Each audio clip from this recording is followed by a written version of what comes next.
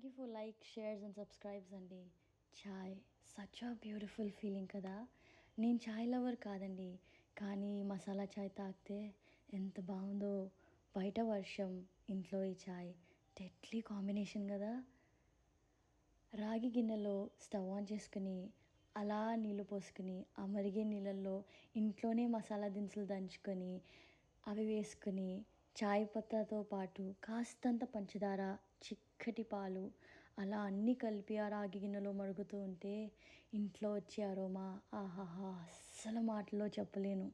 వెంటనే అవన్నీ మరిగాక ఒక మట్టి కుండలో పోసుకొని, ఒక 15-20 సెకండ్లు పక్కన పెట్టుకొని, ఆ మట్టి వాసనతో తాగితే అస్సలెంత బావుంటుందో చాయ్. ఏంటి, ఎవ్వరైనా ప్రేమలో పడిపోవాల్సిందే. వెంటనే ట్రై చేస్తారా మరి? అలాగే అన్‌లీష్ యువర్ క్రేవింగ్స్ అని ఇన్‌స్టాగ్రామ్ పేజ్‌ని కూడా ఫాలో అయిపోండే. ట్రై చేస్తారా? Thank you.